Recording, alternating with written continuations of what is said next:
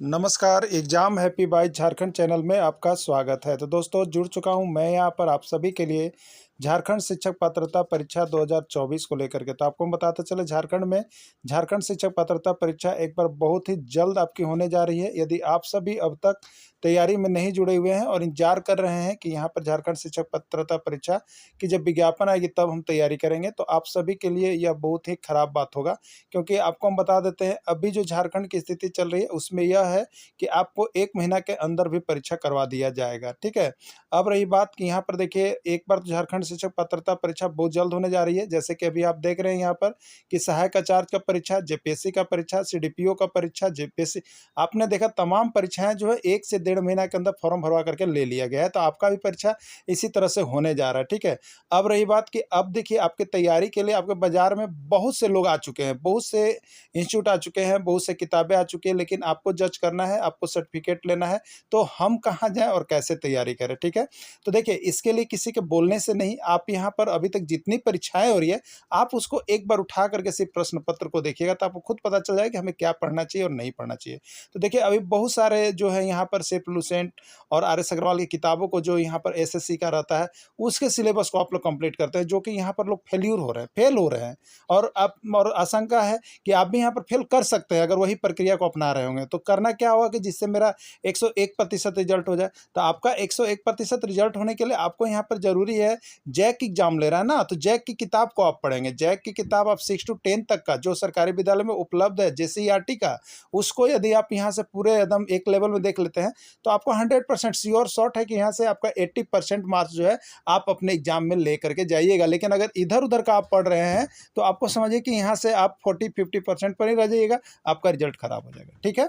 तो अब देखिए हमारे तरफ से ही सलाह दी जाती है कि यदि आपके पास जैक की किताब है तो आप खुद पढ़ लीजिए, और नहीं पढ़ पा रहे हैं तो देखिए हमारे इंस्टीट्यूट में सिर्फ और सिर्फ यहाँ पर जैक की किताब की ही तैयारी करवाई जाती है, जो कि इसके पहले आकलन का रिजल्ट बहुत ही अच्छा रहा, जिसका कोई कल्पना नहीं किया जा सकता है कि हूबहू लिखा हुआ प्रश्न हैंड रिटेन नोट्स का भिड़ा था।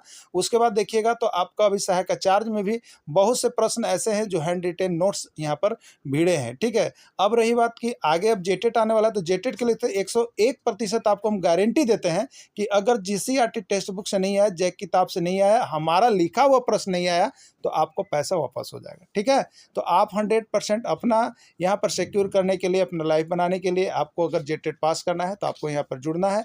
अभी देखिए हमारे यहाँ पर मेगा ऑफर चलाया जा रहा है जिसमें आप जुड़ करके तैयारी कर सकते हैं। एक अगर आपको 1 to 5 की तैयारी करना है तो उसके लिए जेसीईआरटी टेक्स्ट बुक से स्पेशल 6 to 10 का 999 रुपये, और यहाँ पर 1 to 5 का भी 999 रुपये। लेकिन अभी यहाँ पर एक ऑफर चल रहा है हमारे यहाँ, पहले आओ पहले पाओ के तर्ज पर 100 कैंडिडेट का एडमिशन करवाया जा रहा है, जिसमें आपको 1 to 5 के लिए 500 रुपये लगेंगे और 6 to 8 के लिए भी 500 रुपये अलग अलग राशि लगेगी, और दोनों में देना चाहते हैं तो सिर्फ और सिर्फ 1000 रुपये यहाँ पर लग रहे हैं। तो पहले आओ पहले पाओ के तर्ज पर एडमिशन कर लीजिएगा। देखिए आपको बता दें, आप कहीं से भी तैयारी कीजिए, आपको जेसीईआरटी टेक्स्ट बुक पढ़ना ही पड़ेगा, क्योंकि उसके बिना अभी झारखंड में कोई भी परीक्षा जो है वो अच्छा नहीं जा रहा है। जिन्होंने अभी भी आपको बता दे रहे हैं यहाँ पर जो सहायक आचार्य की परीक्षा चल रही थी, उन्होंने जो यहाँ पर हमारे यहाँ से जेसीईआरटी टेक्स्ट बुक का लिया नोट्स, और उन्होंने बहुत ही अच्छे यहाँ पर स्कोर किए हैं। लेकिन ऐसे जो यहाँ पर तैयारी कर रहे थे बहुत ही ज़्यादा आपको बता दें फी दे करके भी, तो उनका भी नहीं हुआ है और अच्छा नहीं आया है। तो आप सभी अभी भी यहाँ पर समय है, आप जेसीईआरटी टेक्स्ट बुक से तैयारी कर लेंगे, और यदि नहीं कर पाते हैं तो आप यहाँ से नोट्स सारा चीज़ परचेज करके एक बार अवश्य पढ़ लीजिएगा। तो चलिए चलते हैं आज का महत्वपूर्ण क्लास का। आवर्ती वर्गीकरण करने के लिए बहुत सा प्रयास किया गया, वर्गीकरण का आधार क्या बने, तो उस कड़ी में तत्वों के आवर्ती वर्गीकरण सबसे पहले बार किसने किया था? डोबेराइनर ने किया था, ठीक है, डोबेराइनर ने किया था। प्रश्न पूछा भी जाता है कि सर्वप्रथम पहली बार जो तत्वों के आवर्तों के वर्गीकरण करने का प्रयास किसने किया? तो डोबेराइनर ने किया, ठीक है। और डोबेराइनर ने जिस नियम को यहाँ पर सहारा लिया उस नियम को कहा जाता है डोबेराइनर का तिर्यक नियम, ठीक है। इस नियम में डोबेराइनर ने क्या किया? इस नियम के अनुसार तत्वों के परमाणु द्रव्यमान, मतलब किसके अनुसार? तत्वों के परमाणु द्रव्यमान के क्रम के अनुसार सजाया जाए तो मध्य पद उसके प्रथम और द्वितीय पद का औसत होता है। देखिए इस नियम में कहा गया कि यदि किसी भी तत्वों को परमाणु द्रव्यमान के अनुसार बढ़ते हुए क्रम में सजाया जाए तो लगातार 3 पद यदि हो तो उसमें जो बिचला पद है वो क्या होगा? तो पहला और अंतिम पद का औसत होता है। तो यही लिखा हुआ है तत्वों के परमाणु द्रव्यमान के क्रम के अनुसार सजाया जाए तो मध्य पद मतलब पिछला पद जो है उसके प्रथम एवं द्वितीय पद का औसत होता है। ठीक है, चलिए देखिएगा, जैसे यहाँ पर देखिएगा इसी तरह से आपको परमाणु द्रव्यमान के अनुसार सजाया जाता है। तो लिथियम का परमाणु द्रव्यमान 7 होता है, सोडियम का 23 होता है और पोटेशियम का 39 होता है। प्रथम पद, मध्य पद, तृतीय पद। तो इस नियम के अनुसार क्या कहा गया, मध्य पद किसके बराबर होगा, तो मध्य पद जो होगा प्रथम और अंतिम पद का औसत। तो प्रथम प्लस अंतिम पद क्या हो गया, 2 बट्टा 2 निकाल देंगे। ठीक है, तो देखिए यहाँ पर मध्य पद बराबर प्रथम पद प्लस पोटेशियम तृतीय पद बट्टा 2 औसत निकल जाएगा। मध्य पद 23 है, प्रथम पद 7 है और पोटेशियम 39, 7 प्लस 39 बटे 2 23 बराबर 23, तो दोनों तरफ हो गए। यानी मध्य पद किसके बराबर होता है, तब प्रथम पद और अंतिम पद के औसत के बराबर होता है। ठीक है, तो डोबेनाइनर का त्रिएक नियम क्या कहता है कि यदि 3 लगातार तत्वों को परमाणु द्रव्यमान के अनुसार बढ़ते क्रम में सजाया गया है तो जो बीच वाला तत्व होगा वो क्या होगा, तो प्रथम और द्वितीय पद का औसत होगा। ठीक है, चलिए अगला देखिएगा। मध्य पद जो है प्रथम पद और अंतिम पद के औसत होता है, किस नियम पर आधारित है, किस नियम का है, डोबेनाइनर का त्रिएक नियम है, मेंडलीव का आवर्त नियम है, आधुनिक आवर्त नियम या कोई नहीं। तो मध्य पद जो होता है वो किसके बराबर होता है, अंतिम और प्रथम पद के योगफल के औसत के बराबर होता है। तो डोबेनाइनर ने कहा था, तो ये डोबेनाइनर का त्रिएक नियम पर आधारित है। ठीक है, चलिए देखिए, अब पहली बार इनका प्रयास किया गया, उसके बाद जो है फिर आवर्तों के वर्गीकरण के लिए एक नया प्रयास किया गया जिसको न्यूलैंड का अष्टक नियम कहते हैं। यानी न्यूलैंड ने दूसरे बार इस नियम को हाथ लगाया वर्गीकरण का प्रयास करने का, उसको क्या कहते हैं, न्यूलैंड का अष्टक नियम। ये अष्टक नियम क्या कहता है, ठीक है, देखिए अष्टक नियम कहता है कि अगर तत्वों को उनके बढ़ते हुए परमाणु द्रव्यमान के आधार पर सजाया जाता है तो जिस प्रकार संगीत का पहला स्वर, संगीत का पहला स्वर 8वें स्वर के समान होता है, संगीत का पहला स्वर 8वें स्वर के समान होता है, उसी प्रकार इसी प्रकार के व्यवस्थित 8 तत्वों के समूह को न्यूलैंड अष्टक नियम कहा गया है। तो ठीक है, अगर तत्वों को सजाया जाए तो पहला जो यहाँ पर प्रथम तत्व का जो समूह होगा वो 8वें तत्व के समान होता है, संगीत के स्वर के समान होता है, उसको यहाँ पर न्यूलैंड का अष्टक नियम कहते हैं। जैसे आप संगीत का पहला स्वर शुरू होता है, संगीत का पहला स्वर यहाँ से शुरू होता है, सा रे ग मा पा धा नी सा। देखिए, तो पहला, दूसरा, तीसरा, चौथा, पांचवा, छठा, सातवां, आठवां, यानी संगीत का पहला स्वर जो है किसके स्वर के समान होता है, पहले स्वर के समान होता है। तो यही संगीत के 8 स्वर पर जो बनाया गया, तो 8 के लिए हम लोग प्रयोग करते हैं अष्टक का, क्या करते हैं, अष्टक का। तो उसी को न्यूलैंड का अष्टक नियम कहा गया जो संगीत के स्वर पर आधारित था। ठीक है, देखिए यहाँ पर प्रश्न आया हुआ था, तत्वों के आवर्त वर्गीकरण के किस नियम में संगीत का पहला स्वर 8वें स्वर के समान होता है। तत्वों का आवर्त वर्गीकरण का वो कौन सा नियम है जिसमें संगीत का पहला स्वर किसके समान होता है, 8वां स्वर के समान होता है। ठीक है, तो उसको हम लोग कहते हैं, यहाँ पर क्या नाम दिया गया था, डोबेनाइनर का त्रिएक नियम, मेंडलीव का आवर्त नियम, आधुनिक आवर्त नियम या न्यूलैंड का अष्टक नियम। ठीक है, तो पहला तत्व जो है वो 8वें तत्व के समान होता है, इसलिए न्यूलैंड का अष्टक नियम के नाम से उसको हम लोग जानते हैं। ठीक है, चलिए अब देखिएगा, 2 होगा, डोबेनाइनर ने भी प्रयास किया, उसके बाद न्यूलैंड ने प्रयास किया। अब देखिए, एक नया वैज्ञानिक आया मेंडलीव, उन्होंने भी आवर्तों के वर्गीकरण के लिए कुछ अलग नियम बनाए। ठीक है, उन्होंने क्या किया, तो मेंडलीव के आवर्त नियम के अनुसार तत्वों के भौतिक एवं रासायनिक गुण जो होते हैं उनके परमाणु भार के आवर्त फलन होते हैं। ठीक है, क्या होते हैं, परमाणु भार के आवर्त फलन या परमाणु द्रव्यमान के आवर्त फलन होते हैं। तो तत्वों का भौतिक एवं रासायनिक गुण जो होता है वो परमाणु द्रव्यमान के आवर्त फलन होता है। ये किसने दिया, तो यह आपको जो है मेंडलीव के आवर्त नियम के अनुसार होता है। ठीक है, मेंडलीव के आवर्त वर्गीकरण के समय कुल कितने तत्व ज्ञात थे, तो मेंडलीव के आवर्त वर्गीकरण में कुल 63 तत्व उसमें ज्ञात हो गए थे।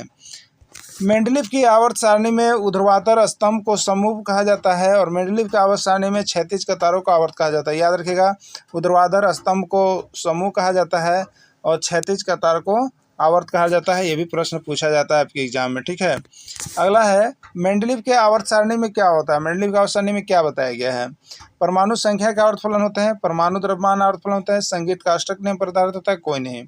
तो देखिए, मेंडलीव के आवर्त सारणी के अनुसार उसके जो परमाणु वो क्या होता है, तो परमाणु द्रव्यमान के आवर्त फलन होते हैं, परमाणु द्रव्यमान के आवर्त फलन होते हैं। ठीक है, चलिए अगला देखिएगा, क्षैतिज कतारों को क्या कहा जाता है, तो क्षैतिज कतारों को आवर्त कहा जाता है। क्षैतिज कतारों को क्या कहा जाता है, आवर्त कहा जाता है, ठीक है। आवर्त 36 के तारों को आवर्त कहा जाता है। अब देखिए यहाँ पर मेंडलीफ के बाद जो है एक और नया वैज्ञानिक हुए जिन्होंने आधुनिक आवर्त नियम का प्रतिपादन किया। क्या दिया? एक नया नियम बनाया जिसको आधुनिक आवर्त नियम कहते हैं, और इस नियम को 1913 ईस्वी में मोसले के द्वारा दिया गया, ठीक है। आधुनिक आवर्त नियम का प्रतिपादन किसने किया? मोसले ने किया। कब किया? 1913 ईस्वी में किया। इसके अनुसार क्या होता है? तत्वों के गुण धर्म उनके परमाणु संख्या के आवर्त फलन होता है। देखिए दोनों में दो अंतर है। मेंडलीफ क्या किए? तो तत्वों के भौतिक और रासायनिक गुण किसके हैं? तो परमाणु द्रव्यमान के आवर्त फलन होते हैं, परमाणु भार का आवर्त फलन होता है। पूछ देता है कि किस नियम के अनुसार तत्वों के आवर्ती वर्गीकरण का आधार परमाणु द्रव्यमान बनाया गया था, तो हो जाएगा मेंडलीफ। और किस नियम के अनुसार तत्वों के भौतिक गुण धर्म जो है वो परमाणु संख्या के आधार पर बनाया गया था, तो वो हो जाएगा आपका यहाँ पर आधुनिक आवर्त नियम, ठीक है।